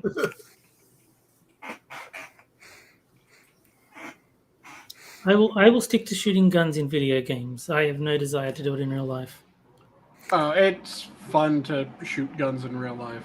Yeah, well, I mean, I was nervous the first time I did it because it's a gun, right? You got to be careful with them. But I mean, as soon as you start blasting, dude, it's a hell of a lot of fun. I only had one time where it wasn't really fun shooting a gun, and that was the night before I had slit my hand open by accident. Oof. And it was right at the base of the thumb, between like the thumb and ring finger, or not ring finger, index finger, kind of in that webbing area. Ouch. So when I went shooting the next day, of course, that's my dominant hand that I slit there. So when the gun went off, when I fired the gun rather, the recoil hit that spot and just ripped it slightly wider. Oof. Yeah. Sounds rather painful. It wasn't that painful, but it was a bit of a shit. Yeah. I'm not a gun guy. I'm happy to not have one in the house. Yeah, I can't really say that I'm a gun guy. I know some information about guns because I know a lot of people that are gun guys, and I bullshit with them. Mm-hmm. I don't have a gun currently. I have a fuck ton of medieval arms and armor. Yes, I know. But if I had a gun, I guarantee the only person who would get a bullet would be me. And like, I would do something to accidentally set that thing off and shoot myself in the stomach. I have no trust of myself around something that dangerous. I don't remember what movie it was. Was it a movie where the guy tries to fire the gun and it just ricochets around the room and then hits the gun out of the guy's hand? That'd be cool. Don't remember which one that is.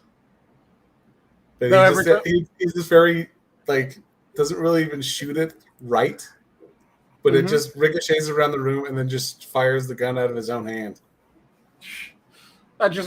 Whenever I think a accidental discharge from a movie, I always think the cat from Boondock Saints.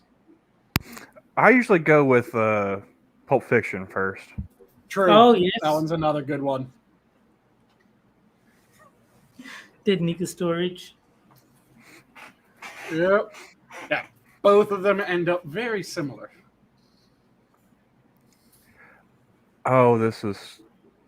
Oh my god. Hey, Sanguine, since you're the resident foodie, the San Francisco Chronicle's got an article here. San Francisco restaurant's $72 fried rice was a runaway hit. It was also the chef's nightmare. $72 for fried rice. $72 fried rice. Here's the subheading. Lily, a Vietnamese restaurant, started the luxurious rice as a limited run joke. Months later, nobody was laughing. I'm trying to think what I could do in order to make a $72 fried rice. Put $73 in it. Like, You want me to go ahead and read the article? Yeah, let's go for the article. Yeah. What are the ingredients? The crab fried rice at Lily, a Vietnamese restaurant in the Richmond district, had the aesthetics of a jewelry display. Radiant bubbles of golden trout and white sturgeon caviar. Okay.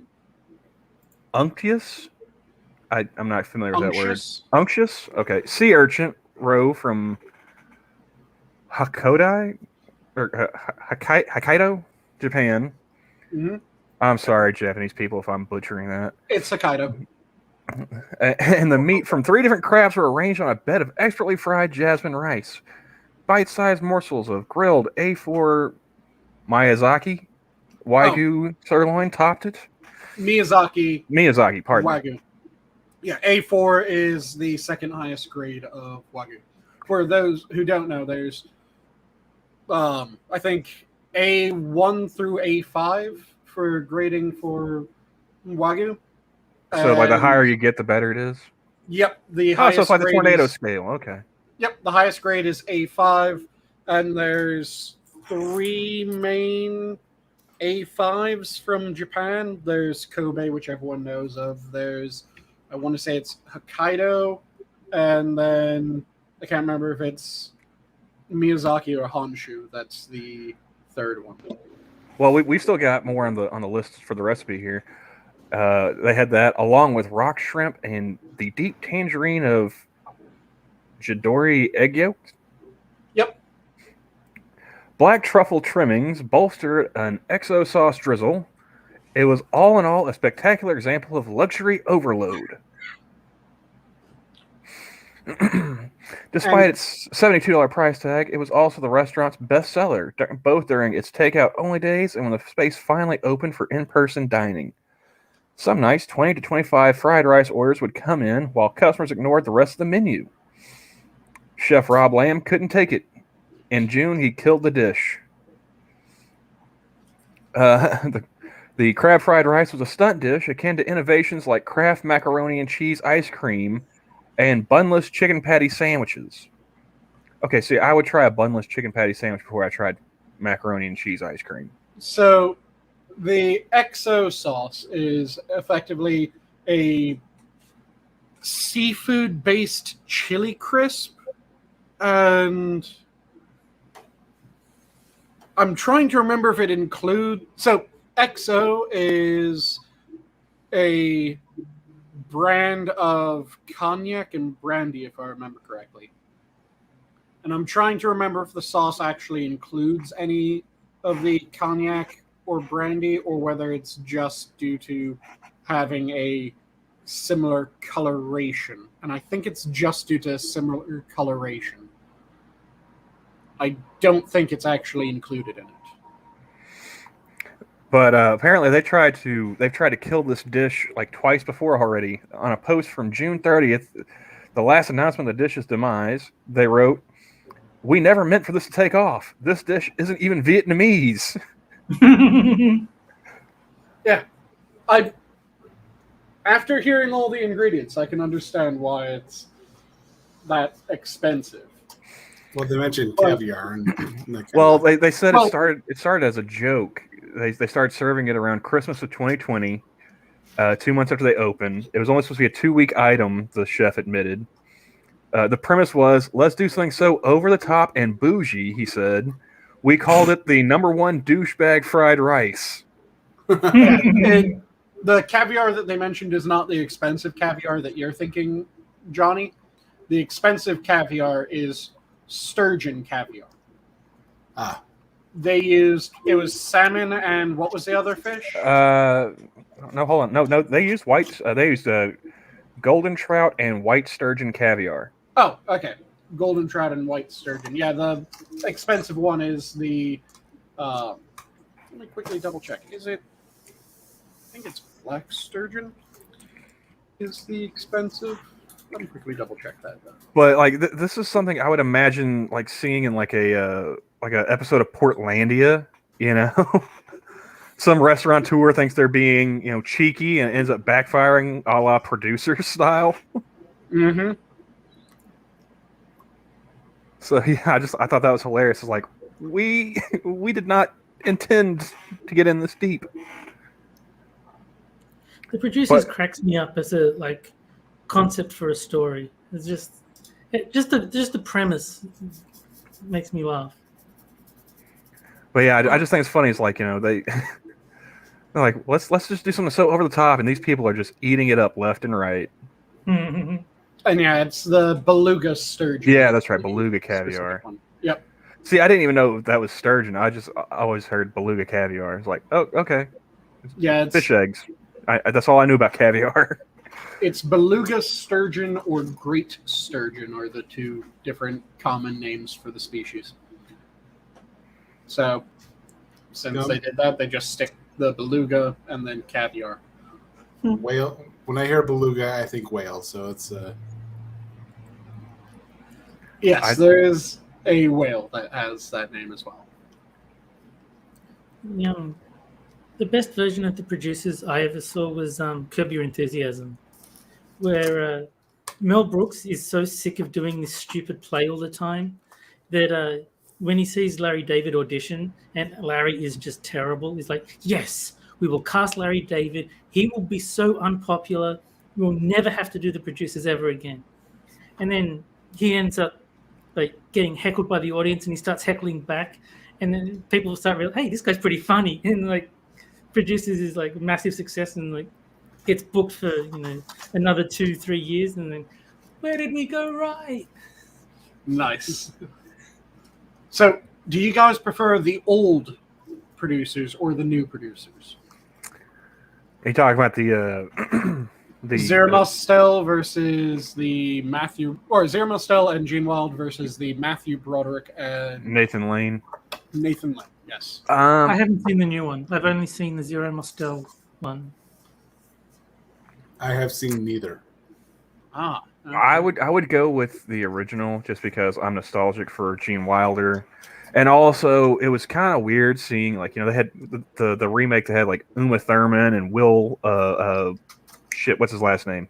Ferrell, that's the one. Yeah, I was for some reason I was wanting to say Will Forte. I was like, no, that's a different Saturday Night Live guy. No. Yeah, I prefer the old one, especially since in the new one they got rid of the Flower Man. Well, I just like that scene. He's like, I'm cold and I'm wet and I'm in pain. Yep.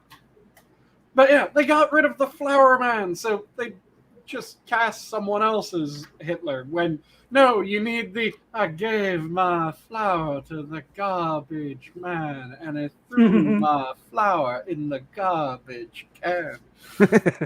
You need that horrendous song. Plus, Zero Mostel is one of my favorite old school comedic musical actors. He was amazing in The Producers and absolutely amazing in A Funny Thing Happened on the Way to the Forum. Also, he annoyed the ever-living hell out of every director that he worked with. And it was all because he decided to do something back when he was doing stage performances and just kept on doing it when he was doing movies as well. Mm-hmm. I've never seen Zero Mostel in anything except The Producers. You should see the old version of A Funny Thing Happened on the Way to the Forum. I think you would actually really enjoy that. I'll have to try and remember to do that, because I'll have to write it down or something, because I'm going to forget. Yeah. Funny Thing Happened on the Way to the Forum, he was really damn good in that. And like I said, the thing that he would do that pisses off every director was he would change one line every time that he performed something. And he would never change the same line in the same way twice. Was he just winding them up, or is this just a weird quirk that he had? Or it was something that he started doing when he was doing predominantly stage performances. Oh, okay. That way, every single time that someone came to see the show, they would have something different from every other time. So someone could go see the same show 3 times and they'd get 3 slightly different performances. All of them fantastic, but different. Yeah. And when he started doing movies, he just went, fuck it, I've been doing it before, and he just kept on doing it. Which, if you got a really good take with it, directors didn't really mind. if he changed the line and it was so much goddamn better, and something else fucked up in that take, he would refuse to do that line change again. Okay, that does sound a bit obnoxious. Yeah. But it also sounds like, okay, fuck yeah, that's kind of funny. It sounds annoying as shit, but it's funny. It's funny if you're not the director. Exactly. And thankfully, I'm never the director. So, since Terry is under the misguided impression that I'm Jack, you guys want some China news? Absolutely.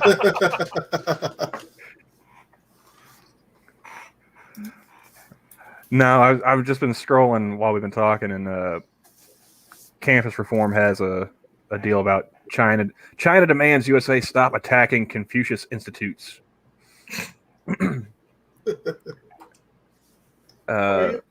A top Chinese government official issued a demand which accompanied a list of wrongdoings by the U.S. At least 14 Confucius institutes have closed in the United States over the past year.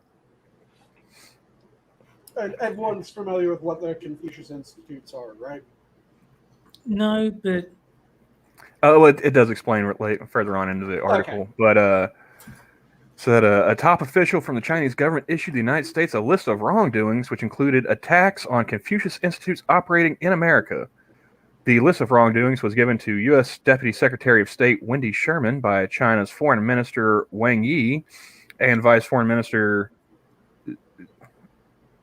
I always something thing. XIE.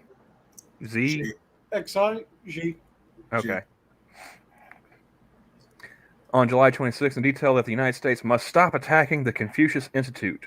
Confucius Institutes are joint educational initiatives between Chinese and American universities with some oversight from Hanban, a wing of the Chinese government. Although they are marketed as language and cultural exchanges, former Secretary of State Mike Pompeo designated the program as a foreign mission of the People's Republic of China that is part of the Chinese Communist Party's global influence and propaganda apparatus. So yeah, that was on the list of things that they wanted the United States to stop doing, as well as urge the U.S. side to unconditionally revoke visa restrictions on members of the Communist Party of China and their family members, revoke sanctions on Chinese leaders, officials, and government agencies, cancel visa restrictions on Chinese students, stop suppressing Chinese companies, stop harassing Chinese students overseas, stop attacking the Confucius Institute, remove the registration of Chinese media as foreign agents or foreign missions. It's like, yeah... I don't think so. No. Yeah.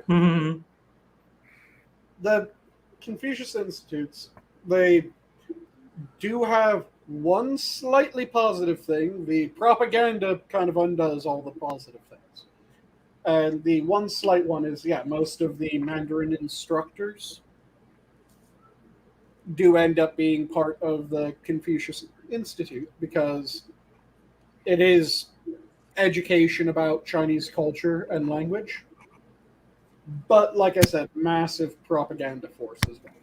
Yeah, and I mean that's been coming up with campus reform a bunch in the past few years about Confucius Institutes and everything, and it's just like, why have we allowed this to go on as long as we have?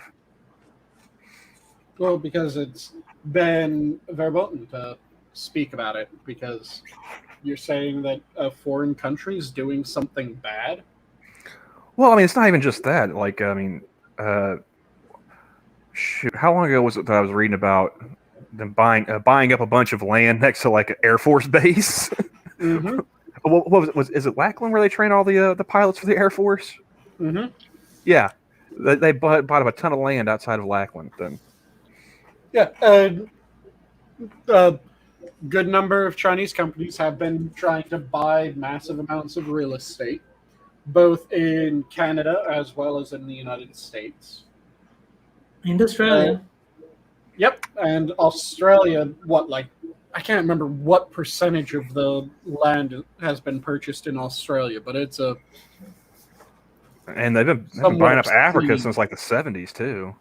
Yeah, and the thing that pisses me off is, for some fucking reason, we aren't willing to go in and offer better deals when it comes to how they've been acquiring a shit ton of things from Australia. Because we could do it in a way that benefits us and benefits Australia. Or, not Australia, Africa. Really goddamn easy. The way that China's getting its foot in the door is promising to work on infrastructure. Well, things like building highways and shit like that. Well, I mean, that's where we got the "it's all so tiresome" meme from. Mm-hmm. Yeah. That dude was complaining about how I don't even remember what country they were in. Was it the Congo? No, it wasn't the Congo. Somewhere in like northern Africa, if I'm not mistaken, or Central Africa. But it's like, you guys had the railways. You guys haven't even taken care of that stuff. Yeah. And the thing is that it's something that I've said, especially when we're talking about energy generation techniques. What we should be doing as a country is putting money into research for energy generation, develop the next gen of nuclear reactors. So what years were the energy generation born in? Because I think I'm generation X or Y. Wrong sort of generation, Terry.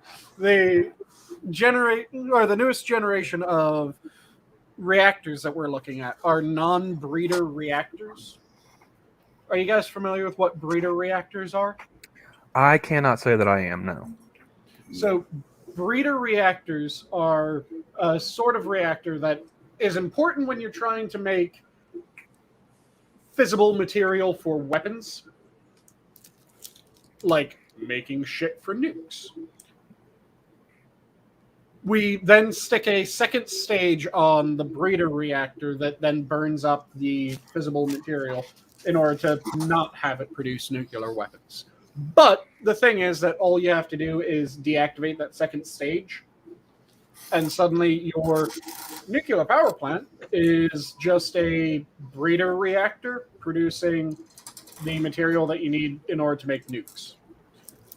The newer gen, or newest gen, that we're trying to work on for reactors doesn't include a breeder reactor step, which means you cannot produce weapons-grade material from that sort of reactor.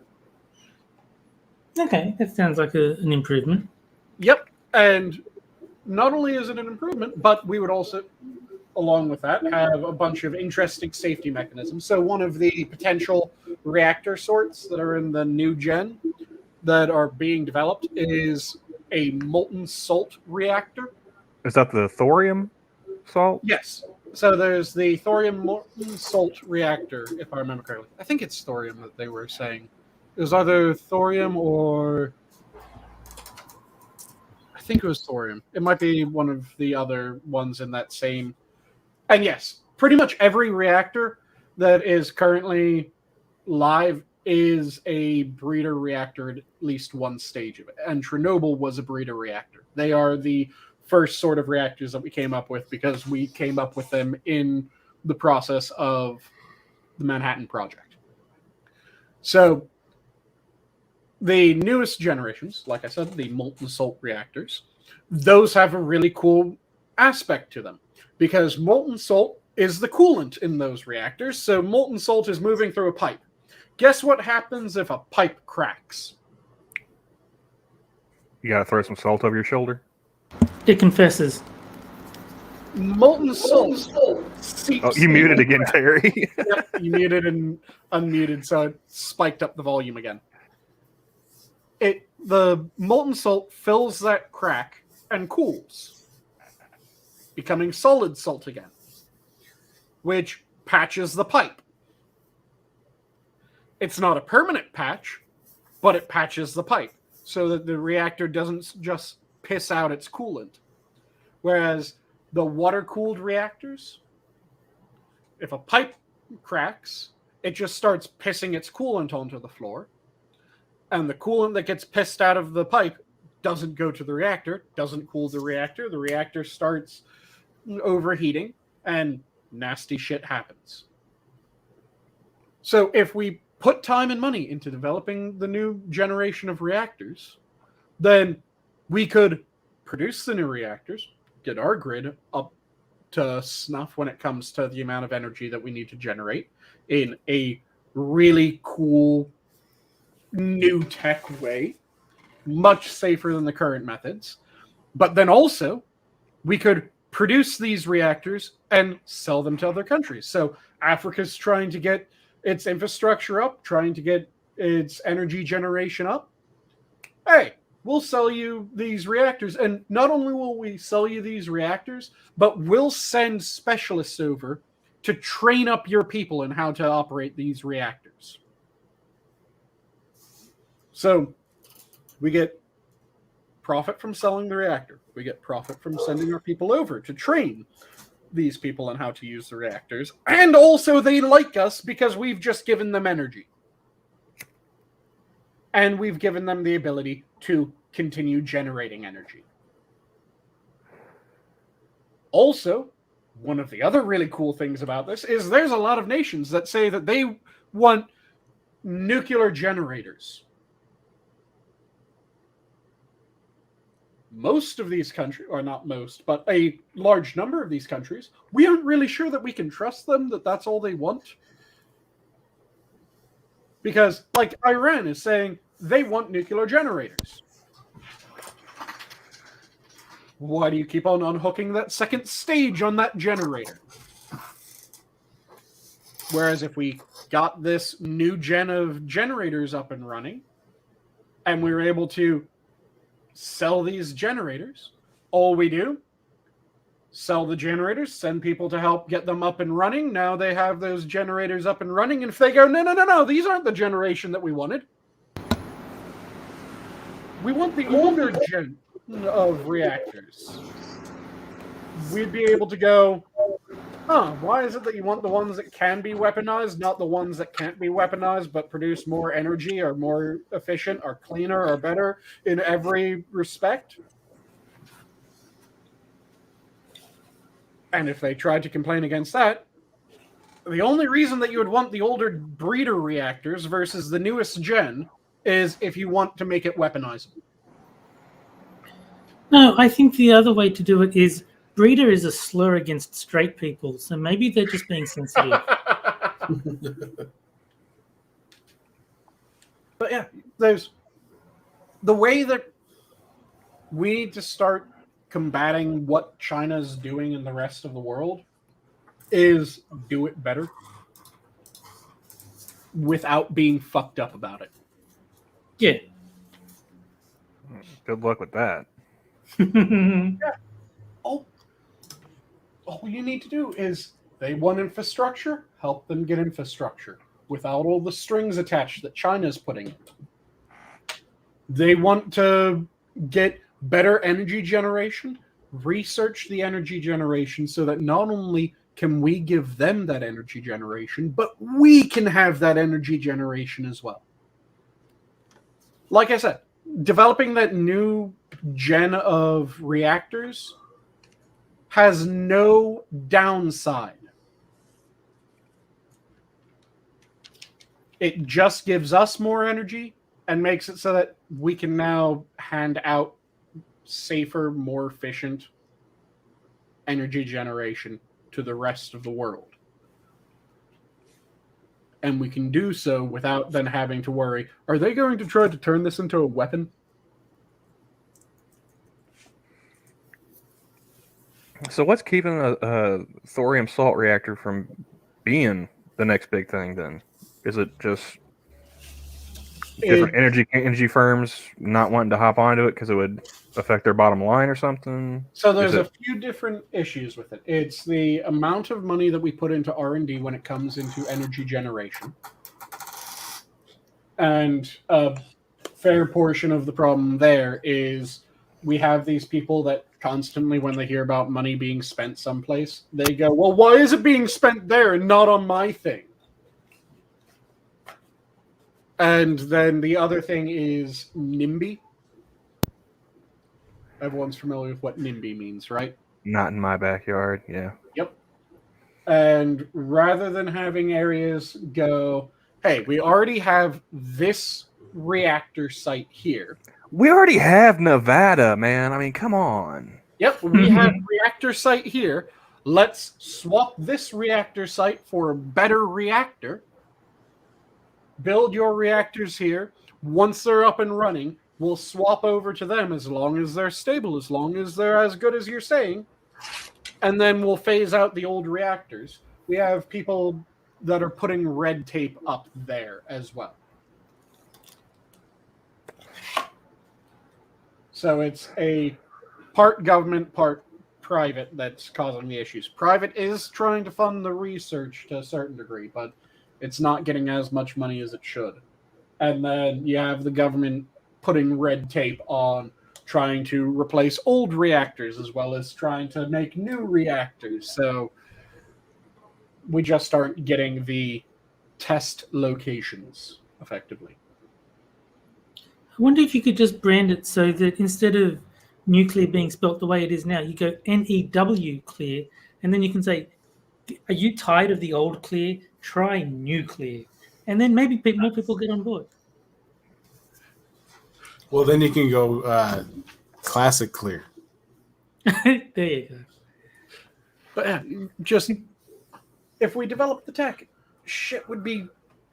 It's tech that is really close. And there's a bunch of other things that we could devote time and energy to developing. And we're already putting some time, some energy towards this. Like, everyone's heard about me rant and rave about how fucking awesome IPSCs are. Put more money into that shit.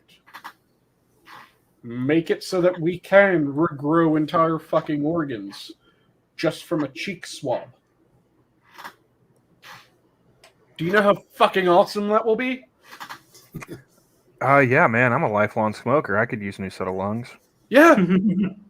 Smokers getting new sets of lungs. People that have failing organs. And currently we have to wait until there's an organ ready for a transplant. Can take a long period of time before they're able to find a close enough match. And that's even if that you have it. Yep, that's even if the match ever comes. But with IPSCs and organ printing, guess what? That time that someone's normally spent on a waiting list, hoping that some match will come along and that they'll be at the top of the list when it does, instead, take a cheek swab. Make their organ. Well, I just think it's really funny. Like, I mean, I've heard more about thorium reactors tonight talking to you, and I don't know. I've seen a couple different folks in chat, different streams, bring up a thorium reactor as a possibility of, clean energy. I never hear about them from people like Greta Thunberg or, AOC. They absolutely abhor nuclear. They do not want nuclear being talked about. They don't want it to be used because they think that it is something scary and horrendous. Because there's this massive scare campaign when it comes to nuclear energy, where they'll point to Chernobyl, which, that was a failure of Soviet economics and Soviet order. It was communism's fail that caused Chernobyl. There is no way that was the reactor's fault. That was how Russia was run under the Soviet government at fault, because no one wanted to admit that there was a problem. No one was willing to do the goddamn work needed in order to fix the problem. So it just kept on going until it spiraled out of control. Then they'll point to 3 Mile Island, which belched out a small amount of radiation. By a small amount of radiation, I mean if you've flown 3 times, you have received more radiation than the reactor belched. Oh, shit. I've flown 4 times. Yeah. And so they'll point to 3 Mile Island because, it could have been bad. It wasn't. But it could have been, except all the safety mechanisms were in place. They were functional because we maintained them, and we immediately went, this is bad, stop it. And we stopped it. It had one belch of about 2.5 times the radiation that you get from a flight. And that was done and dusted. Then they'll point to Fukushima, which... It's a tsunami. Took a fucking tsunami. A little act of God, yeah. It took a tsunami to the face, and it didn't blow up. It didn't go Chernobyl. It didn't cause a massive radiation dump that killed things in an area surrounding. No, it had a bit of radiation leak. A bit of radiation leak that required some cleanup, and they cleaned it up. What a disaster. Yeah, putting that as this enormous failure of nuclear... What the fuck are you talking about? Again, it's more in line with the 3 Mile Island than Chernobyl. It was worse than 3 Mile Island, but again, it took a fucking tsunami in order to have that happen. A tsunami and an earthquake. Yeah, if you're talking about reliable, clean energy, and when you're talking nuclear reactors, especially when you're talking newer gen reactors, holy shit, if we got the new gen up and running and we could transfer our energy grid over to like 90% nuclear and just absolutely slash our carbon emissions, if you actually cared about that, we could do that. We could do that in fairly short order. It would be like 10, 15 years style short order. I would love to see that happen, just so, once it was completed and you see that reduction in our carbon footprint, just turn to the environment. It's like, okay, now how do you propose dealing with China? Yep. And the fantastic... So if you want to go, let's say for some goddamn reason, you're completely wedded to the idea of we need solar and we need wind. The problem with solar and wind is we don't have a good we have decent generation. We don't have good storage. So that comes down to the batteries to store them in, right? Yep. We need which is going to require lithium and other minerals. Rare earth metals. Yeah. So I was going to say, if you had a problem with generating wind, just one night at Taco Bell. Done. Goddamn. But what you do is you that go and a clean nuclear. set of drawers. Go nuclear for a bit. Work on your energy storage. Then once the energy storage is up to snuff, then transfer over. Don't try to transfer over before the energy storage is there. Because then you'll end up with roaring blackouts brownouts and rolling blackouts and just proper fucking blackouts because the grid cannot keep up with the amount of energy that we need at a given time. Also, we'll pretty much always need a surge option because there's surge is in the amount of power that we need due to, let's say, a natural disaster happens. It causes a dip in certain areas and then massive surges in others. That we need to be able to handle the massive surge. If a heat wave hits, it causes a massive surge in demand for electricity. It's a shame Sora went to bed. I think she'd be very interested in hearing about this massive surge guy. I think he starred in one of the movies. So she'd probably ask if he was hairy and or Russian. I think so, yes. But yeah, you need some method in order to handle those surges. Best method, just because of how quickly it cycles up and down, is fossil fuels currently. We might be able to develop other methods later on, but fossil fuels will probably be the surge method, at least for the time being. But nuclear could handle 90% of energy generation without issue. and it's fairly easy to scale it up once it gets going.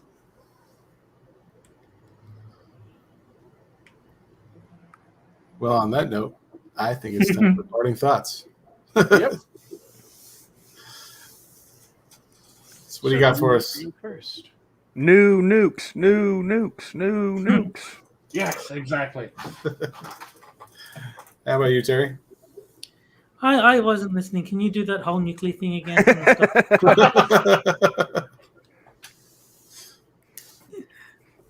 All right, back to one, everybody. Welcome to Minions of the Zoo. Oh, now you get it right. Okay. Well, the first attempt got flushed. Yes. It's flushed by the Minions of the Loo. Yes. A much shittier show. But, Terry? Yeah. No, I was happy for those to be my parting thoughts. Okay. I'll leave off with my standard of if you're passionate about something, make sure that you devour it. Don't let it devour you. That's it. I will go with the words of Mel Brooks. Life literally abounds in comedy if you just look around you. Hey, there's Terry's motorcycle. And Just right under the wire. And it didn't take long for it to show up. Yeah. And do you want to do the parting? Yes. And with that, the zoo is closed. Thanks, everyone. And good night. Have a good night. Bye, everybody. See ya.